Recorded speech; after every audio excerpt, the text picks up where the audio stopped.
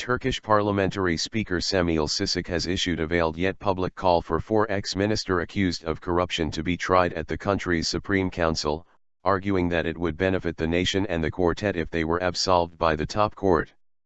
In the event that they are not tried by the top court, there will always be rumors against the 4, even if a parliamentary commission eventually rules that there is no need for them to be tried on bribery and corruption charges, Çiçek said in delicately tailored remarks published December 26. His statement followed a news report released on December 25 which said that Prime Minister Ahmet Davutoğlu had already urged the 4 former ministers to take the initiative to stand trial before the Supreme Council without waiting for the completion of the ongoing investigation process in Parliament.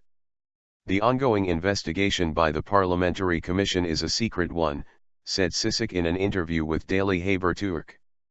Its investigation will become public when it goes to the Supreme Council, said Çiçek. Thereby, the public will have the right to know what there is in it and who said what, the veteran politician said. If they are not tried by the Supreme Council, then this issue will be discussed on and on, the discussions will go on without ceasing, Çiçek said. Then, the court will make its decision. The decision will not be a center of focus and life will go on, Çiçek said when asked what would happen if the former ministers were tried by the top court. Çiçek has been actively involved in politics for 3 decades and has held various ministerial posts since the ruling Justice and Development Party, AKP, first came to power in 2002. After the AKP won a 3rd consecutive parliamentary election in 2011, Çiçek was elected as parliamentary speaker being as the AKP's candidate. The Parliamentary Inquiry Commission was set to vote late December 22 on whether to send the 4 former ministers involved in Turkey's December 17 and 25, 2013, corruption probe to the Supreme Council, which only hears cases against cabinet ministers and other top officials.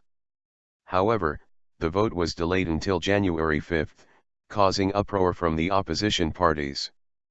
Former Economy Minister Zafer Alian, former EU Minister Icmenba, former Interior Minister Muammer Güler and former Environment Minister Erdoğan Bayraktar have faced accusations of bribery and influence peddling. All 4 have been cleared judicially of any wrongdoing. Cut off arms. At the December 22 session, Alian, and Güler filed written objections to reports displaying the growth in their wealth which were prepared by experts at the Financial Crimes Investigative Board, MOSEC, eventually leading to the delay. Just a day before the session, Davutoğlu vowed that he would display zero tolerance for corruption. The authorities will cut off the arm of anyone involved in graft even if it is our own brother, Davutoğlu said December 21. His blunt remarks came at nowhere else but at a provincial convention of his ruling AKP. Also on December 21, Davutoğlu gathered with the 4 former ministers at his official prime ministry residence where the latter explained to him how they had been subjected to injustice, according to an exclusive report by private broadcaster Turk. Request to be taken to the Supreme Council and announce this request, Davutoğlu reportedly told the ex-ministers. Rumor has it that the former members of the cabinet have been waiting to see the results of their objection to the MOSEC reports in order to make a final decision on whether to act in line with Davutoğlu's recommendation.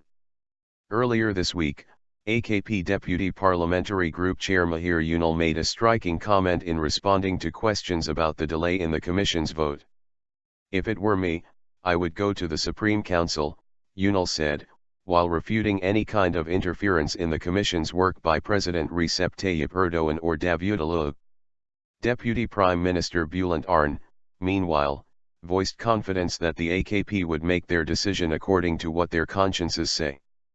I believe that all of our deputy fellows will act with their consciences, Arın said in an interview with Daily Milliyet, published on December 26. Recalling that the Commission would submit a report on its probe into the corruption claims to the General Assembly, where a final vote on whether to send each minister to the Council will take place. Sending a former minister to the Council requires at least 276 votes.